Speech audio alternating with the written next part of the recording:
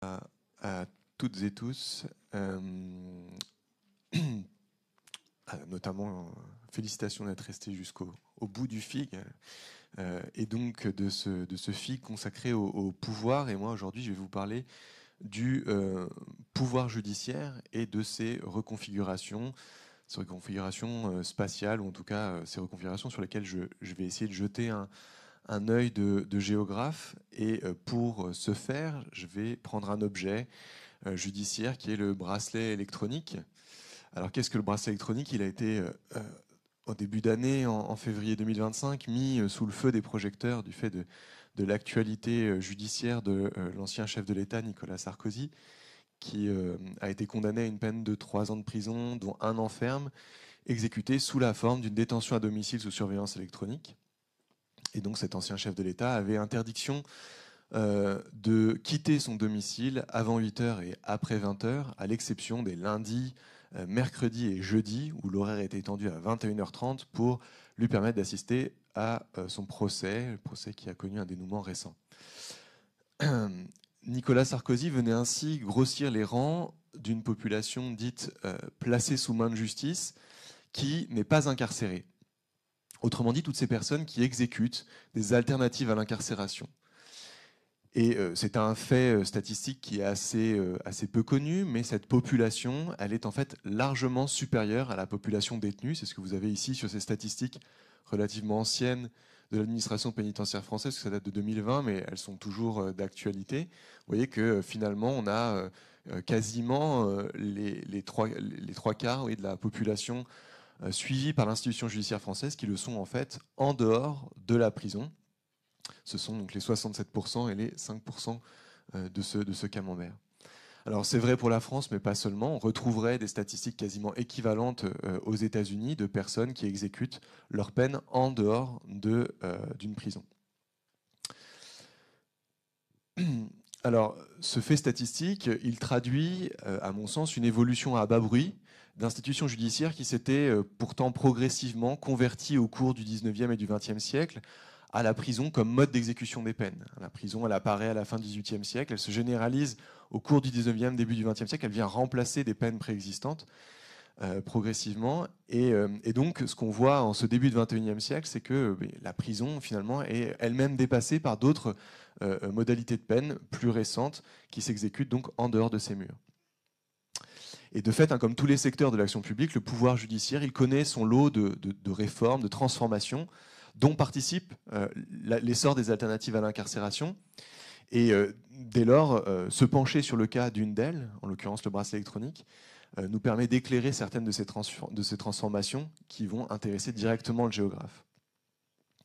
Donc voilà, la question un petit peu que je vous propose, c'est la suivante. Qu'est-ce que le bracelet électronique nous dit des évolutions du pouvoir judiciaire et notamment du pouvoir de punir?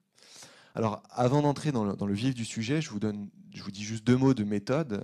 Mon propos va s'appuyer sur un parcours de chercheur que j'ai entamé il y a une dizaine d'années maintenant et qui a été principalement consacré au bracelet électronique. En réalité, j'ai réalisé une première recherche dans le cadre de mes travaux de thèse sur la détention à domicile sous surveillance électronique. Elle ne s'appelait pas comme ça à l'époque, mais c'était ça, le type de bracelet électronique qu'apportait Nicolas Sarkozy. Et puis, plus récemment, j'ai participé à une recherche collective avec notamment une autre géographe qui s'appelle Lucie Bonny, qui était consacrée au bracelet anti-rapprochement, qui est un type de bracelet dont je vais parler tout à l'heure, qui est plus spécifiquement utilisé dans le cadre, enfin qui est même exclusivement utilisé dans le cadre des violences conjugales. Donc voilà, c'est à partir de ce matériau empirique-là que je vais nourrir le propos que je vais vous tenir. Alors, il y aurait plein de choses à dire sur ces transformations que le bracelet électronique permet d'identifier. Moi, j'en ai choisi 3. Elles sont critiquables et on pourra discuter d'autres évolutions à l'issue de ma présentation, mais dans le temps qui m'était imparti, il me semblait plus raisonnable de me limiter à 3. Alors, la première, elle tient à l'émergence, à la mondialisation, si vous voulez, de cette peine qu'est le bracelet électronique, et surtout à l'émergence dans le champ judiciaire d'acteurs privés. Aux origines, le bracelet électronique est créé, alors il y a un débat sur la date exacte de sa création, mais il est créé au début des années 60 par un psychologue américain qui s'appelle Ralph Kirkland Fitzgibbon, qui ensuite a changé son nom en Gable, mais c'est ce psychologue qui crée le bracelet électronique dans son laboratoire de Harvard où il enseigne. Et il travaille donc sur des jeunes délinquants et il est très critique de l'environnement clinique pour traiter ce qu'il appelle la déviance. Pour lui, la déviance, et notamment ce public de jeunes délinquants, il faut le traiter in vivo, dans son cadre de vie, dans un cadre de vie donc ordinaire. Cependant, il est tout à fait conscient des risques de ce traitement in vivo et des critiques qu'il ne manquerait pas de susciter. Et dès lors, il a l'idée d'une technologie qui permettrait, si vous voulez, de contrebalancer cette liberté qu'aurait le jeune délinquant. Et c'est comme ça qu'il conçoit, avec d'autres chercheurs, qu'il conçoit le premier modèle de bracelet électronique. Vous voyez ici sur cette photo, il est en train de tester le matériel de surveillance. C'est un bracelet électronique qui est construit avec des surplus de l'armée, qui est vraiment un prototype et qui ne va pas être généralisé parce qu'il est assez lourd à mettre en œuvre. Il faut ensuite attendre les années 80 pour voir le bracelet électronique revenir sur le devant de la scène, puisque c'est un juge d'Albuquerque au Nouveau-Mexique qui prononce et qui met en œuvre les premiers bracelets électroniques prononcés dans un cadre judiciaire. Très rapidement, ce premier essai judiciaire se trouve dupliqué dans d'autres comtés, d'abord en Floride, puis ensuite de ça dans tous les États-Unis. Et finalement, à la fin des années 80, le bracelet électronique a gagné 39 États des États-Unis et 3 provinces canadiennes. Donc ça vous montre un petit peu l'ampleur en quelques années de cette technologie pénale. À partir des années 90, ce bracelet électronique traverse l'Atlantique. D'abord, il pénètre en Europe, d'abord par l'Europe du Nord, et puis il gagne progressivement l'ensemble des pays européens, avant, dans les années 2000, de se répandre à la totalité du monde, puisqu'aujourd'hui, les systèmes judiciaires de très nombreux pays sur tous les continents peuvent mobiliser ce type de peine. Alors, avec le temps, le bracelet électronique, il s'est diversifié. Donc, je vous ai parlé, c'est la peine qu'a exécutée Nicolas Sarkozy de la surveillance électronique fixe que vous avez ici. Je ne sais pas si ceux du fond, vous verrez très bien, mais cette surveillance électronique fixe, elle vise à réaliser, si vous voulez, une assignation à résidence et à contrôler par la technologie une assignation à résidence. Donc la personne a obligation de se trouver chez elle sur certains horaires, 8h, 20h dans le cas de Nicolas Sarkozy. Mais en dehors de chez elle, elle n'est absolument pas suivie ni tracée. Apparaît assez rapidement dans les années 90 et au début des années 2000 la surveillance électronique mobile avec l'usage d'un GPS où là on va suivre la personne en temps réel et on va s'assurer qu'elle ne fréquente pas un certain nombre de lieux qui ont été paramétrés au départ. Et puis, toujours avec l'usage du GPS, on a développé ce que mes collègues et moi avons appelé une surveillance relationnelle, dans le cadre des violences conjugales, où là, il s'agit de donner une balise GPS non seulement à la personne qui est suivie par les services pénitentiaires, mais aussi à sa victime ou supposée victime, et donc de s'assurer que ces deux personnes ne se retrouvent pas en présence l'une de l'autre, et donc de vérifier leurs emplacements à l'une et l'autre. Donc voilà, le matériel utilisé, vous le voyez ici, il est assez basique. Vous avez un gros téléphone qui est installé au domicile, le bracelet qui est ici, qui est placé à la cheville, et ça, c'est les balises GPS que portent sur elles les personnes suivies quand il y a GPS, c'est-à-dire dans ces deux formes-là. Il y a une dernière forme de surveillance électronique qui est apparue, que je n'ai pas fait apparaître là, ici, parce qu'elle n'est pas utilisée en France, mais c'est une surveillance biométrique où on peut contrôler à distance que vous ne consommiez pas certaines substances ou certaines substances prohibées, notamment de l'alcool. Donc voilà, progressivement, cette surveillance électronique, elle s'est enrichie, elle est devenue de plus en plus complexe, de plus en plus diversifiée. Alors toutes ces technologies, elles n'ont pas été mises en œuvre partout de la même façon. Si vous voulez, la conversion au bracelet électronique, elle ne s'est pas faite partout de la même manière. Vous avez des pays qui ont choisi de ne pas, ou des États, dans certains, je pense par exemple au Canada, ou aux États-Unis ou en Allemagne, des régimes judiciaires, si vous voulez, d'États fédérés, qui ont fait le choix de ne pas recourir au bracelet électronique. Et puis vous avez d'autres États qui ont fait le choix d'y recourir de façon très marginale. Alors cette carte, du coup, vous ne la voyez pas bien du tout. C'est dû à un mauvais choix de couleur. Mais ce que vous devriez voir sur cette carte qui mobilise des statistiques du Conseil de l'Europe, c'est que grosso modo, dans certains pays européens, vous avez un très faible usage du bracelet électronique, très ponctuel, limité à des cas très précis. C'est le cas de l'Allemagne, c'est le cas de grosso modo des pays scandinaves. Et puis vous avez des pays qui recourent très massivement à ce bracelet électronique. C'est le cas notamment de la Pologne, de la Belgique, de la France et dans une moindre mesure de l'Espagne, où il y a vraiment un usage massif du bracelet électronique par opposition à d'autres pays qui vont faire le choix de réserver le bracelet électronique à certaines catégories très précises de condamnés.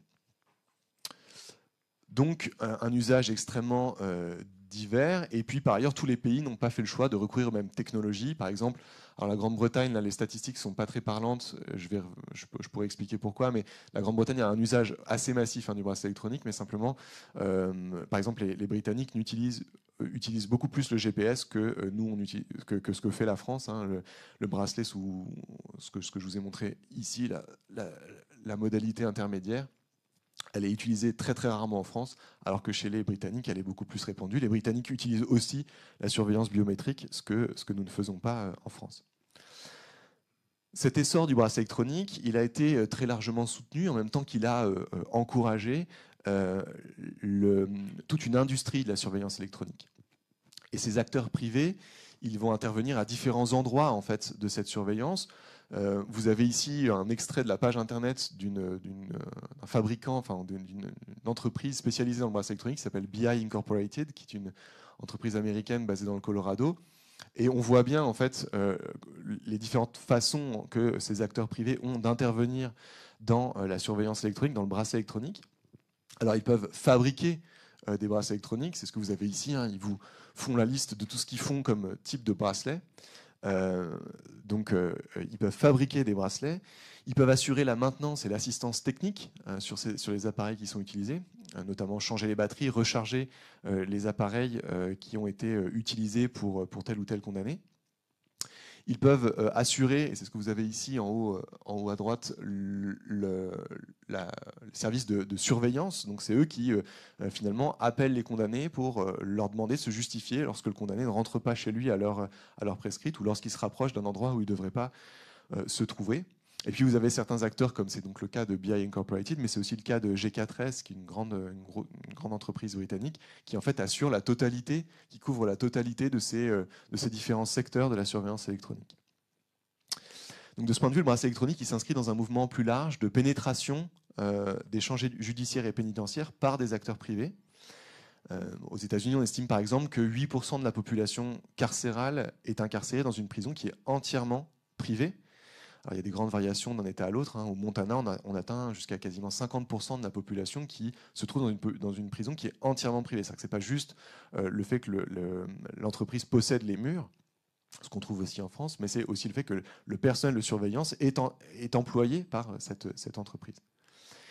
Et d'ailleurs, l'un des leaders états-uniens sur ce marché des prisons privées, c'est un groupe qui s'appelle GeoGroup, et GeoGroup a racheté BI Incorporated, constituant une espèce de pas de monopole, parce qu'encore une fois, il y a plusieurs grands groupes qui sont positionnés, mais se construisant comme un acteur incontournable de l'exécution des peines, que ce soit des peines en milieu fermé, donc en prison, ou des peines en milieu ouvert, c'est-à-dire hors de la prison.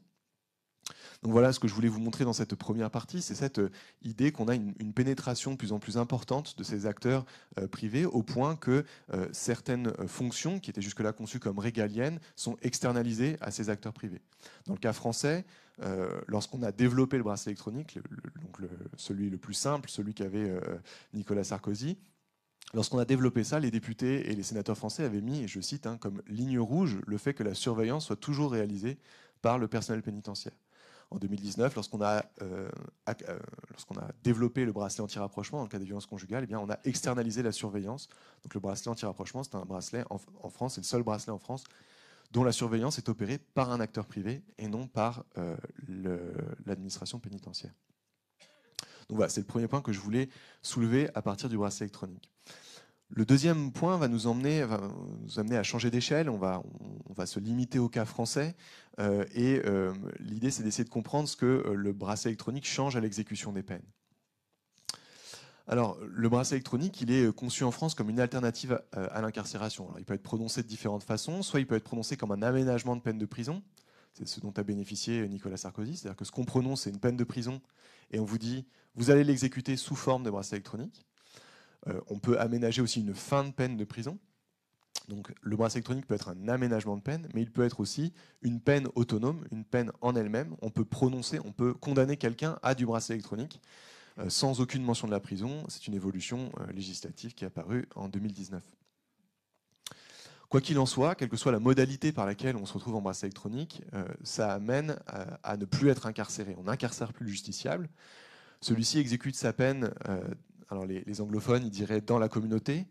Pardon, je n'ai pas changé de slide. Dans la communauté, en France, on dit en milieu ouvert. En tout cas, c'est la terminologie administrative. Et dans ce milieu ouvert, il n'y a pas, ou il n'y a quasiment pas de restriction a priori. C'est-à-dire qu'on peut exécuter un bracelet électronique partout, pour peu qu'on ait accès à l'électricité. Je vous ai mis ici 2 photos tirées de mes travaux de thèse, où on voit les services pénitentiaires d'insertion et de probation, donc les lieux dans lesquels les personnes qui ont un bracelet électronique doivent aller rencontrer, si vous voulez, le personnel pénitentiaire sur des bases assez régulières. Et j'ai mis ces 2 photos, pourquoi? Donc vous avez le service pénitentiaire d'insertion et de probation d'Annecy et celui de Bonneville.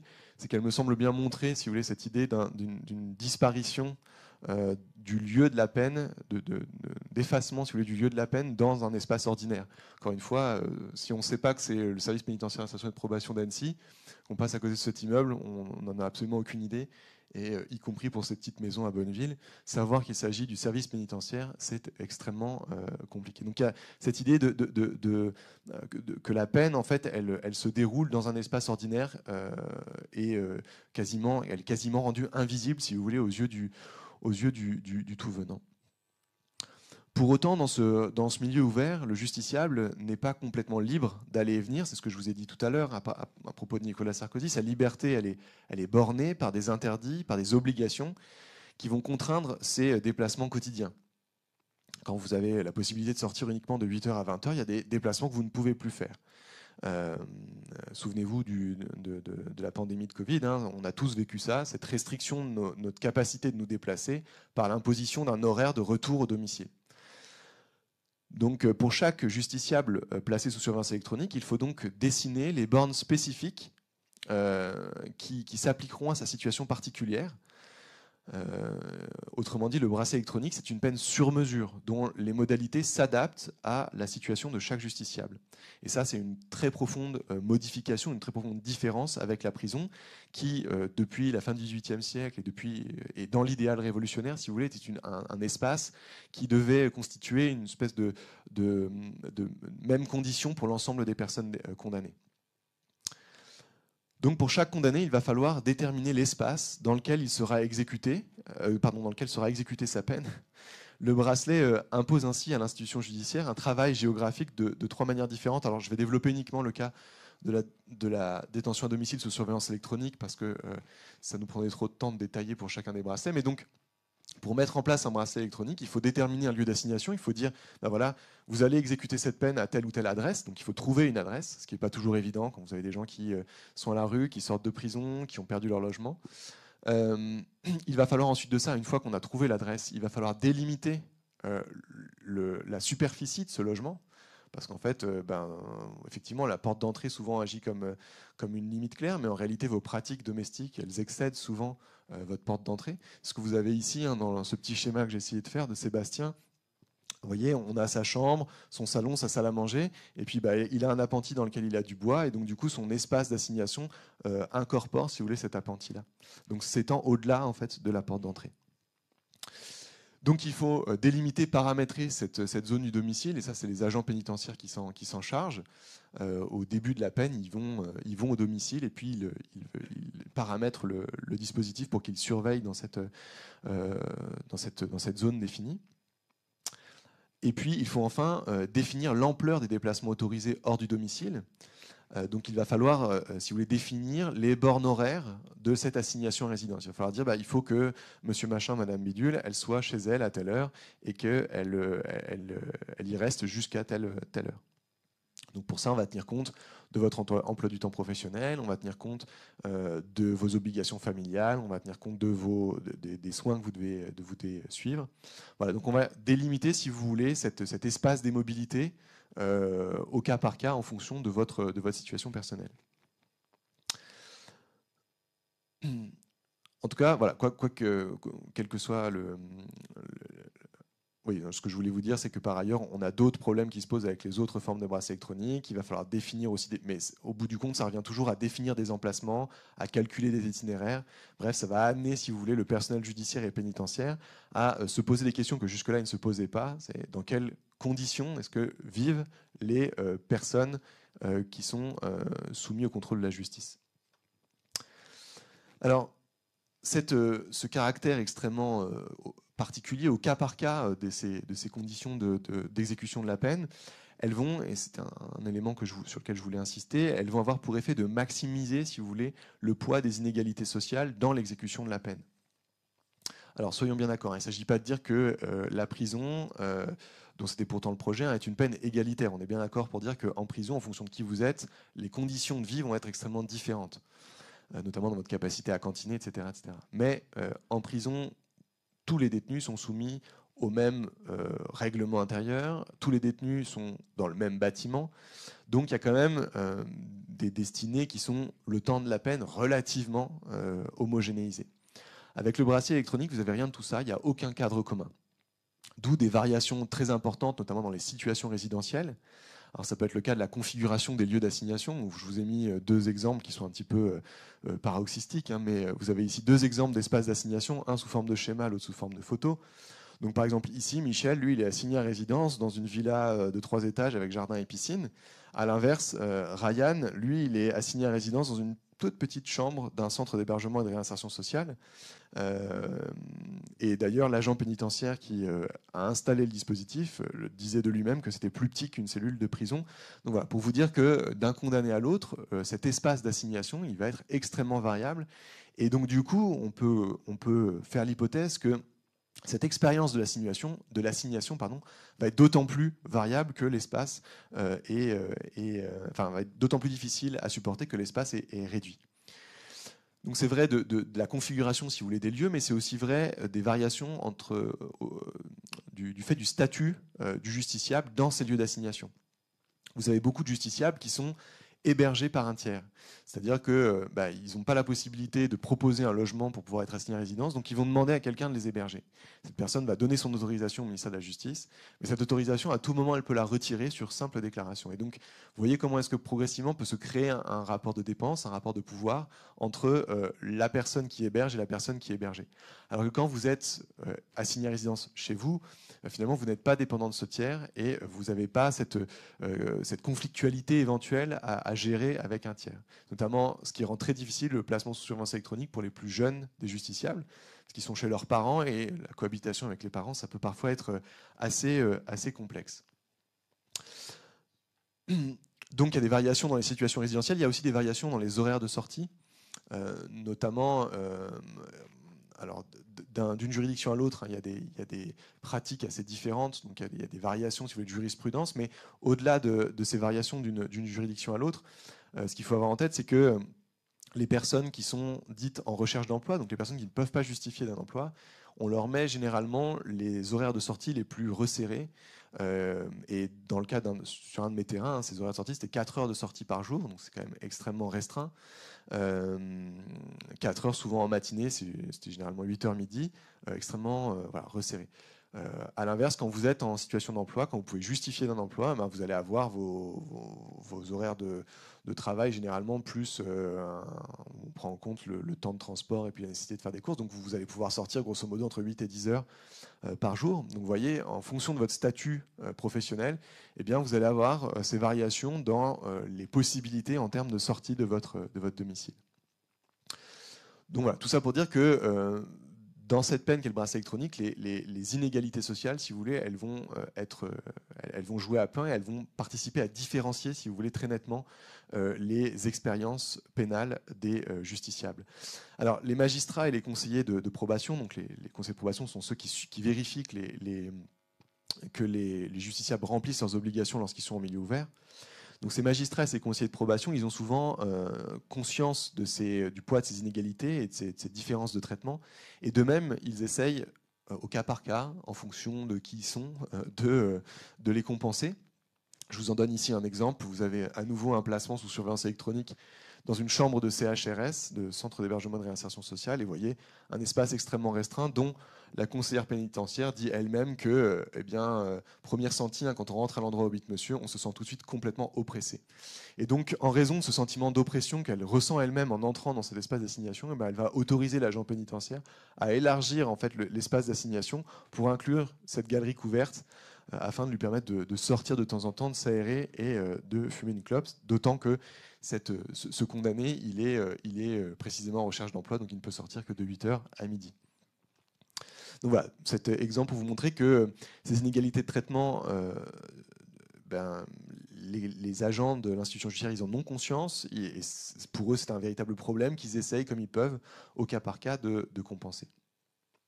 Donc voilà, le deuxième temps de mon propos visait à vous montrer que ces alternatives qui se déploient dans le champ judiciaire, eh bien, elles posent ce problème central qui est que quand vous faites exécuter la peine dans l'espace ordinaire, eh bien, vous rejouez au sein de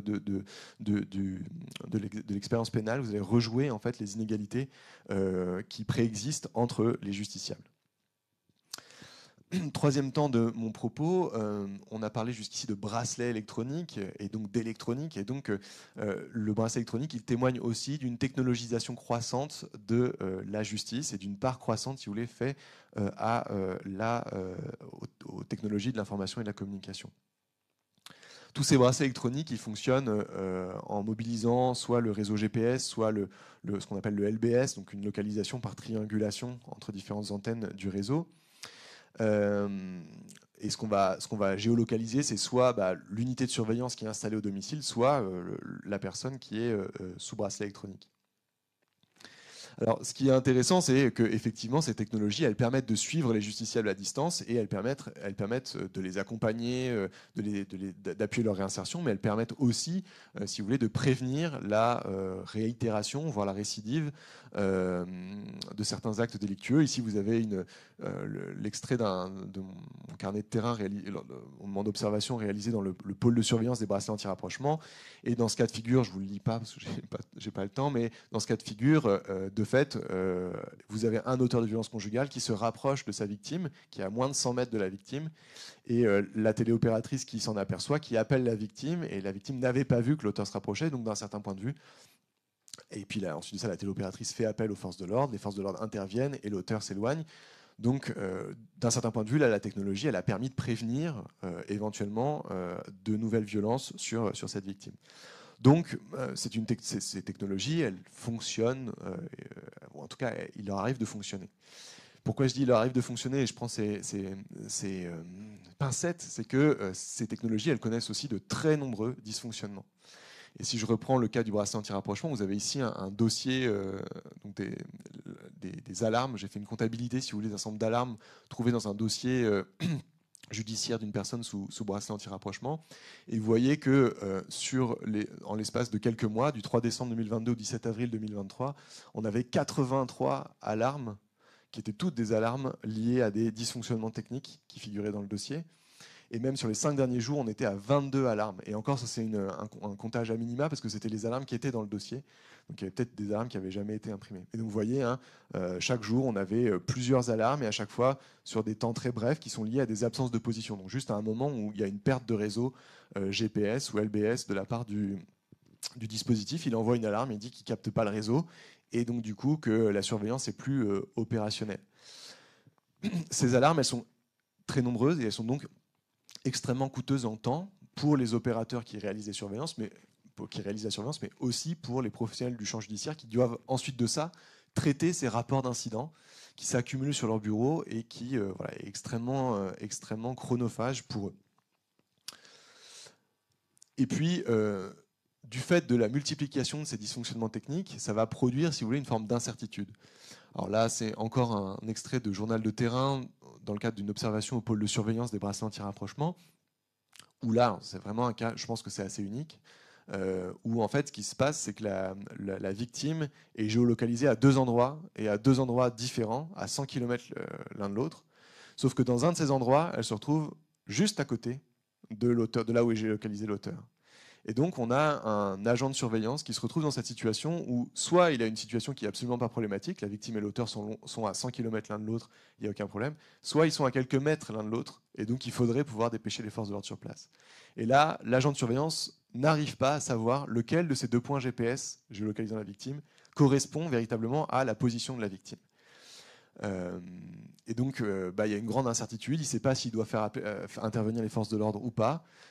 Et de fait, eh bien, l'auteur et la victime sont passés juste à côté l'un de l'autre. Il ne s'est rien produit, mais elles sont passées juste à côté l'une de l'autre. Donc voilà, ça produit, ces dysfonctionnements, ils produisent de l'incertitude, et ils produisent de l'incertitude chez les professionnels chargés de la surveillance, que ce soit des professionnels judiciaires ou des prestataires de l'entreprise de télésurveillance. Et paradoxalement, et c'était un des points qu'on a essayé de montrer avec mes collègues dans le cadre du bracelet anti-rapprochement, mais c'est aussi un petit peu dans ce sens-là qu'allait mon travail de thèse sur la surveillance électronique fixe, c'est que finalement ces dysfonctionnements, ils vont participer à la surveillance. C'est précisément parce que ça dysfonctionne que la surveillance fonctionne. Je vais vous expliquer cette espèce de paradoxe. En vous prenant le propos de cet enquêté qui était un auteur de violence conjugale qui portait un bracelet anti-rapprochement. Il dit, dès qu'il ne marchait pas le bracelet, avant qu'il m'appelle, c'était moi qui les appelais.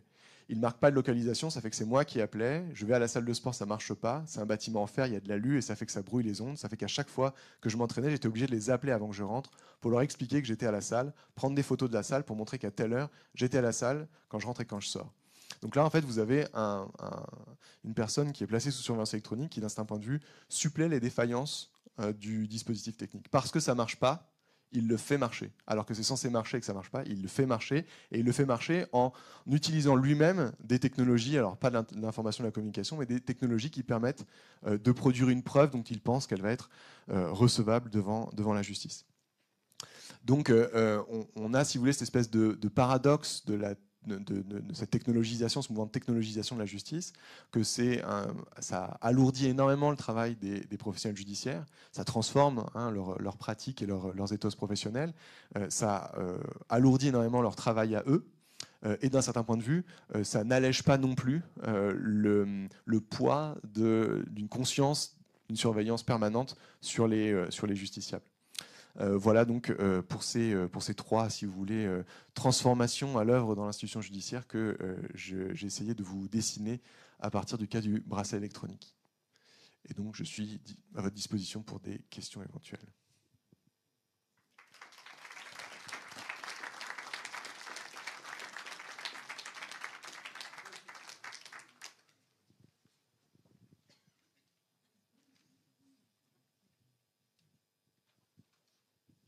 Oui, bonjour. Je voulais savoir, question peut-être naïve, mais pourquoi du coup on a 70%, je crois que c'est à peu près 70% des personnes qui exécutent leur peine en dehors de la prison. Vous avez dit que ça entraînait des coûts, du temps pour traiter notamment les erreurs. Est-ce que c'est quelque chose de moins coûteux que la prison en elle-même, ou est-ce que c'est un autre choix qui fait qu'on a autant de personnes qui exécutent leur peine en dehors de la prison, quoi? Alors, merci beaucoup. Alors, il y a plusieurs questions dans la question. C'est qu'en réalité, donc, sur les 75% de personnes qui exécutent leur peine hors de la prison, tout le monde n'est pas en bracelet électronique. En fait, le bracelet électronique constitue une peine relativement marginale. En fait, ça correspondait aux 5%, là, sur les 67 plus 5, c'était les 5%, grosso modo. Donc ça reste une toute petite proportion, le bracelet électronique, de ce qu'on appelle le milieu ouvert. La plupart des personnes en milieu ouvert sont en réalité en sursis probatoire, c'est-à-dire qu'ils sont en sursis. Et puis, ils ont, pour que la peine reste du sursis, il faut qu'ils se soumettent à un certain nombre d'obligations, par exemple des obligations de soins. Alors, le milieu ouvert, de manière générale, il coûte effectivement moins cher parce que vous n'avez pas à héberger la personne. Par rapport à la prison, il est évident que ça coûte beaucoup moins cher de laisser la personne chez elle. Dans le cas du bracelet électronique, c'est un des éléments qui est souvent mis en avant par précisément ces acteurs de l'industrie de la surveillance électronique qui disent finalement ça coûte moins cher, et de fait, le législateur reprend souvent ces estimations-là. En réalité, ce qu'on pourrait se dire, c'est que ça coûte peut-être moins cher. Le matériel en lui-même coûte évidemment moins cher. Un bracelet, ça coûte rien par rapport à une prison. Il n'empêche que, comme souvent, le bracelet électronique reste un aménagement de peine finalement c'est pas une substitution, c'est juste un ajout. Puisqu'en fait, si vous ne respectez pas votre bracelet électronique, il faut bien vous mettre quelque part. Donc il faut bien qu'il y ait des prisons qui existent et qu'il y ait de la place dans ces prisons. Et puis d'autre part, le bracelet électronique, ne prendre en compte que le coût matériel de l'objet, c'est oublier ce qui est une grosse partie de la surveillance électronique dans le cas de la surveillance électronique, c'est-à-dire la dimension humaine. C'est-à-dire qu'il faut quelqu'un pour appeler au téléphone, il faut quelqu'un pour gérer ses alarmes. Et là, on peut se demander si effectivement l'administration pénitentiaire n'a pas tendance à couper aussi un petit peu les coûts en ne recrutant pas suffisamment de conseillers de probation ou de magistrats. En tout cas, si vous les écoutez parler, eux, ce qu'ils vous diront, c'est qu'ils sont en sous-effectif pour arriver à traiter les alarmes générées par tous ces bracelets.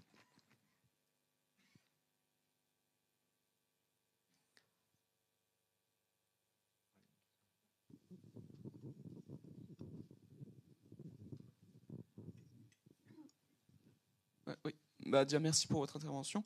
J'avais juste une question sur l'imbrication entre public et privé, parce qu'au final, les peines, elles sont prononcées par l'État, qui est un acteur public, et elles peuvent être appliquées en cas de bracelet électronique par des agences privées, si j'ai bien compris, parce que vous nous avez montré une agence américaine. Comment ça fonctionne en fait, ce dialogue en fait entre les deux, et comment ça se fait que l'État puisse accepter que des acteurs privés fassent appliquer ces peines entre guillemets? Alors, en France, donc ce que je vous ai montré, c'est une entreprise américaine. Donc, en Grande-Bretagne et aux États-Unis, il y a une privatisation beaucoup plus importante, si vous voulez, de cette probation, de cette gestion, si vous voulez, des personnes qui ne sont pas incarcérées. En France, on n'en est pas là. Le bracelet anti-rapprochement, l'externalisation, si vous voulez, à une société de télésurveillance ou de téléassistance de la surveillance des bracelets anti-rapprochement, c'était une nouveauté complète, radicale, qui a fait beaucoup débat au sein de l'administration pénitentiaire notamment. Et autant vous dire qu'au cours de notre enquête, très fréquemment, que ce soit les acteurs pénitentiaires ou les magistrats, nous expliquaient que grosso modo, ces acteurs privés, ils ne savent pas travailler avec ces publics-là. Parce que les sociétés en question sont souvent des sociétés qui ont une expertise dans la téléassistance, mais absolument pas dans la télésurveillance sur des individus. Donc voilà, il y avait beaucoup de critiques, si vous voulez, à l'égard de cette société. Par ailleurs, ce qui ressort aussi, c'est que au départ, le marché était sous-évalué par rapport au volume justement d'alarmes à gérer, que ça a été très difficile en fait pour ces acteurs privés au départ de fonctionner avec l'administration pénitentiaire, qui est en permanence en train d'essayer de les contrôler, de contrôler ce qu'ils font. Donc voilà, il y a des relations qui sont assez complexes entre et cette conversion, si vous voulez, de l'administration pénitentiaire française à des acteurs privés de la surveillance, elle est, en tout cas dans le cas du bracelet anti-rapprochement, assez chaotique et peut-être pas forcément très convaincante. En tout cas, je ne sais pas ce que le ministère de la Justice fera sur le long terme, mais je ne suis pas sûr que ce soit appelé à être déployé sur les autres formes de bracelet électronique.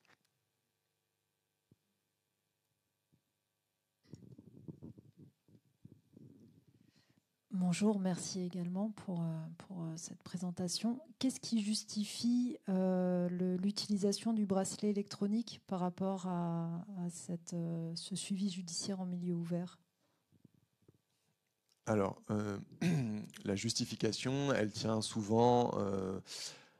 déjà, il y a une justification juridique qui est liée au quantum de peine, donc à la peine prononcée. À partir d'un certain volume de peine, en fait, on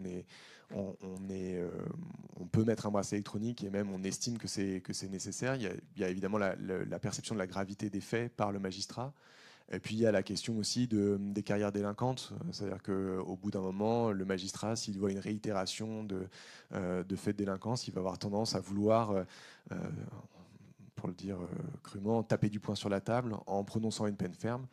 Et puis comme ça reste quand même des faits jugés relativement mineurs, il ne va pas mettre en prison, il va préférer plutôt un bracelet électronique.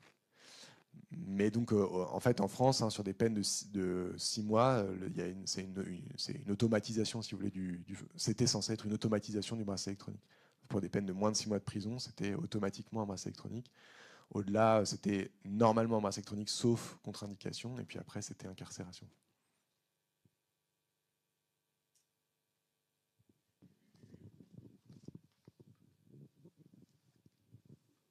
Merci. Bonjour.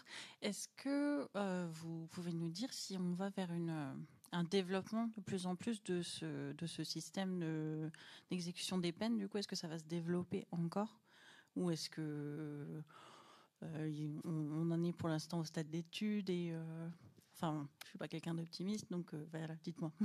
Alors, oui, je vous ai pas dit combien de personnes étaient sous surveillance électronique en France, donc on est autour de 16 000 personnes à peu près à un instant T qui portent un bracelet électronique. C'est une peine qui est relativement récente, donc depuis ses débuts, on observe une croissance, si vous voulez, de la population placée sous surveillance électronique. Néanmoins, ce qu'on voit aussi quand on regarde les statistiques, c'est qu'il y a un relatif tassement, c'est-à-dire qu'on serait arrivé, si vous voulez, à une espèce de maximum des personnes sous surveillance électronique. Dans le cas du bracelet anti-rapprochement, même ce qu'on a observé, c'est une croissance jusqu'à peu près 1 millier de personnes sous bracelet anti-rapprochement à un instant T. Et là, on serait dans une phase de décrue, parce que les dernières informations que moi j'ai eues de l'administration pénitentiaire étaient plutôt autour de 600 personnes sous bracelet anti-rapprochement, donc il y aurait un retour en arrière. Moi, j'ai pas de boule de cristal, donc je peux pas vous dire ce qui va en être. Je pense qu'effectivement, on a atteint un plafond, et d'ailleurs la justice n'essaye plus forcément de tellement promouvoir plus de personnes sous bracelet électronique, parce qu'encore une fois, c'est extrêmement coûteux du point de vue des professionnels de la justice à mettre en œuvre cette surveillance électronique. Donc on est plus à essayer de développer d'autres formes d'alternatives que le bracelet électronique.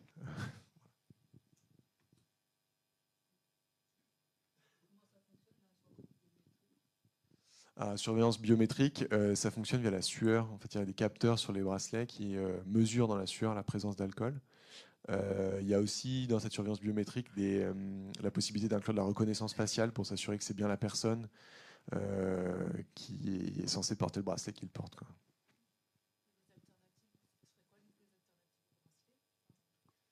Alors, déjà juridiquement, il existe deux alternatives en fait qui, du point de vue du droit, sont équivalentes, hein. C'est la semi-liberté et le placement extérieur. La semi-liberté, c'est vous rentrez dormir dans un établissement pénitentiaire ou soit dans un centre de semi-liberté, soit dans un quartier qui se situe dans une prison. Cette semi-liberté, souvent les magistrats, ils sont assez favorables à cette semi-liberté. Le problème qu'il y a, c'est que les établissements pénitentiaires sont souvent en périphérie des villes, donc ça rend très complexe le fait de travailler. Par ailleurs, parfois les quartiers de semi-liberté, ils sont eux-mêmes pleins, donc on ne peut pas rajouter de peine de semi-liberté. Là où le bracelet électronique, en fait, tout est ouvert, quoi. Vous pouvez en rajouter. Donc la semi-liberté, alors même qu'elle est très privilégiée par les magistrats, elle est finalement peu utilisée. Et le placement extérieur est un aménagement de peine qui est très très peu utilisé, alors que finalement, il fonctionne sur le même mode que le bracelet électronique, sauf qu'il n'y a pas la dimension technologique. En gros, c'est un travailleur social qui vient vérifier que vous rentrez bien aux horaires dits dans le lieu où vous êtes censé rentrer. Et donc ce placement extérieur, le problème qu'il y a, c'est que le ministère de la Justice peine à trouver des partenaires pour le mettre en œuvre. Par exemple, quand moi j'étais en Haute-Savoie, en fait, il n'y avait plus de place de placement extérieur. Donc en fait, les magistrats avaient cette possibilité juridique de prononcer du placement extérieur, mais ne pouvaient pas le faire parce qu'il n'y avait tout simplement pas d'association qui acceptait d'accueillir des probationnaires.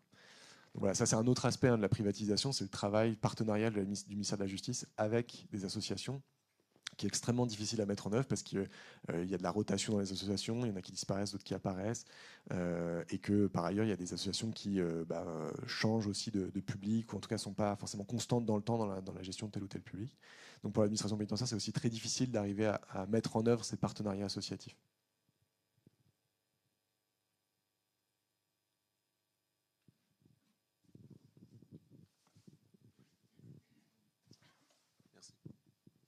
Bonjour.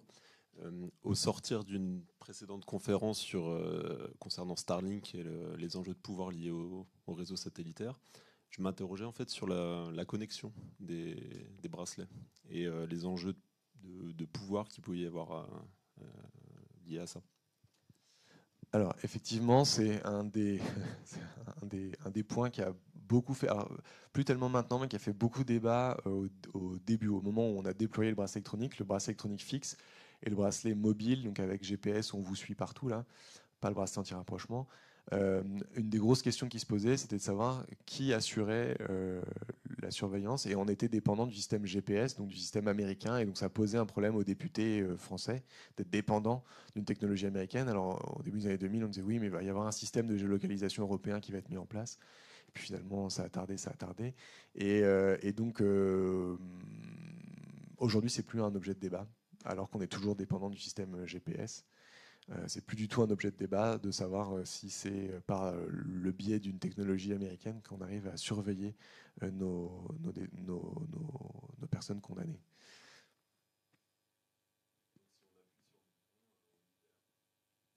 Alors, on libère. Dans un scénario catastrophe, oui. Alors, d'une part, il faudrait que les gens sachent qu'ils sont libérés pour que ça ait une incidence sur eux. Et d'autre part, en réalité, pour le dire un petit peu prosaïquement, mais faut vraiment se dire que les personnes qui sont sous surveillance électronique ne constituent pas le haut du système mafieux français, quoi. Donc, je pense que même si on ouvrait les portes, en réalité, la plupart continueraient à faire ce qu'ils font, c'est-à-dire aller chercher leurs gamins à l'école. Voilà.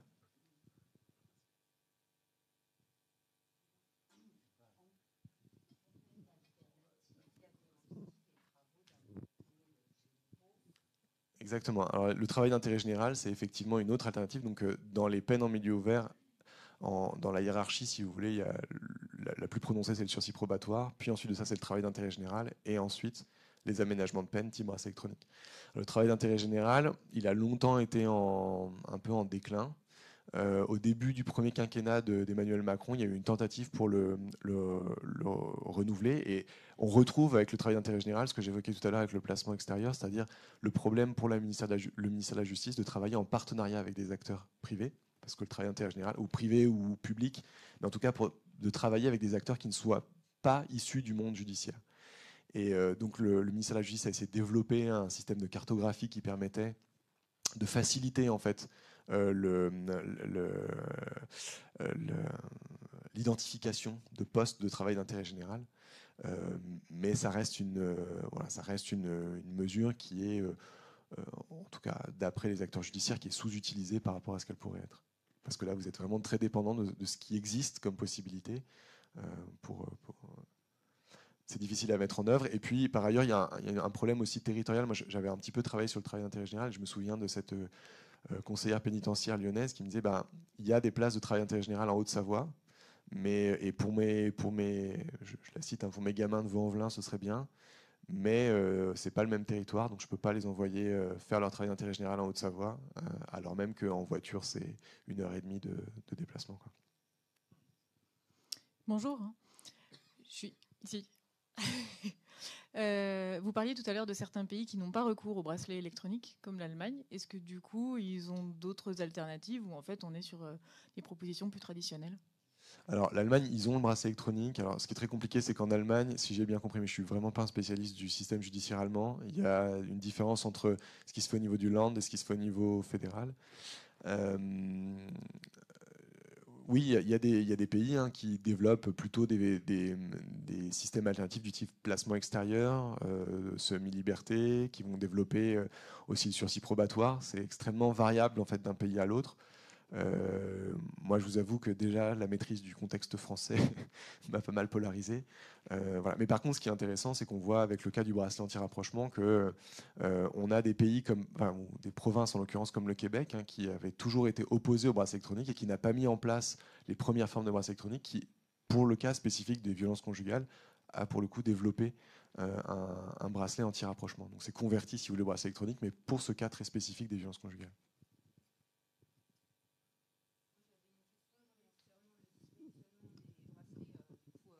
Rapprochement.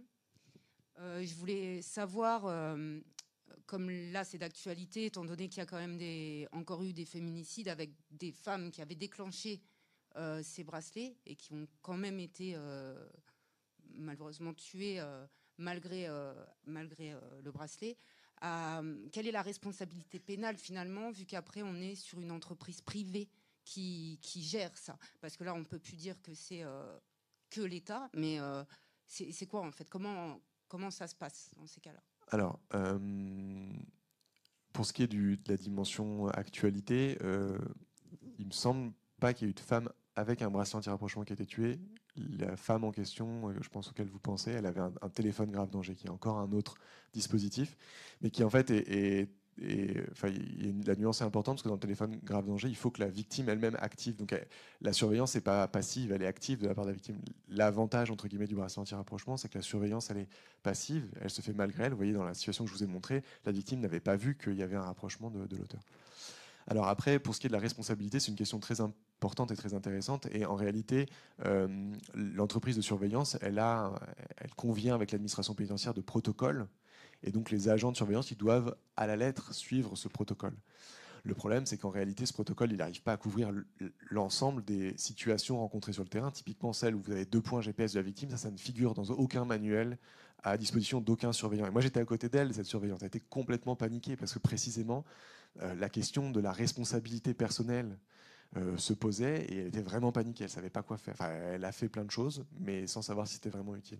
Donc c'est un vrai problème, ce problème de la responsabilité individuelle, parce que in fine, c'est le téléopérateur en fait qui se retrouve à engager sa propre responsabilité.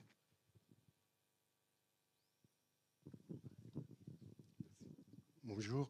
Est-ce que les mineurs sont concernés par le port des bracelets électroniques? Alors, je crois que de façon très très minoritaire. Mais moi, j'en ai pas vu, mais Mais dans le droit? Eh bien, dans le droit, pour enfants, par exemple, pourrait. Moi, je vous avoue, moi j'ai travaillé sur les majeurs, je suis pas sûr, ou alors c'est vraiment de façon très très ponctuelle. Bonjour, juste pour répondre à monsieur, je travaille à la protection judiciaire de la jeunesse et oui, les mineurs sont aussi soumis aux DDSE notamment, ils peuvent avoir les bracelets électroniques. Ouais. Mais ça reste quand même, heureusement, peut-être très très ponctuel.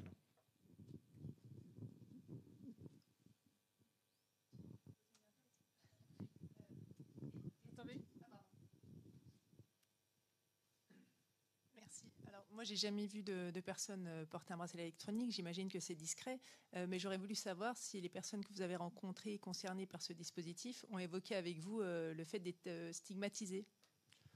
Oui, stigmatisation, elle passe par le port de l'objet à la cheville, parce que même si c'est relativement discret, c'est visible. Alors, ils ont des techniques pour l'enrouler dans la chaussette pour que ça se voit moins, mais de fait, en été, ça se voit, etc. En réalité, la stigmatisation, là où elle est la plus forte, c'est pas tellement sur la dimension matérielle de l'objet, c'est plus sur tous ces moments où vous êtes obligé de révéler que vous êtes suivi par la justice, que vous êtes en probation, parce qu'il y a précisément un dysfonctionnement ou un retard et que vous êtes appelé, que vous devez rentrer, etc. Donc, par exemple, pour vous prendre un cas très simple avec la DDSE, donc la surveillance électronique fixe, quand vous êtes obligé d'aller à l'hôpital, vous êtes obligé de demander en fait au secrétaire de l'hôpital de vous faire un mot qui explique que vous êtes rentré en retard.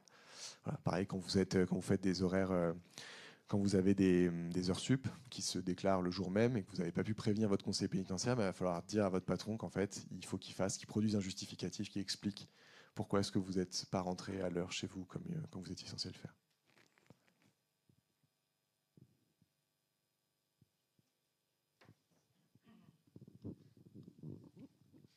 Bonjour. Est-ce que vous savez où en est le système Galileo, beaucoup plus performant que le système GPS américain? Alors absolument pas, mais c'était un grand espoir, encore une fois, de l'administration pénitentiaire française, c'est de pouvoir s'appuyer sur le système Galileo, mais alors là, je vous avoue que c'est des compétences techniques que je n'ai pas. Merci.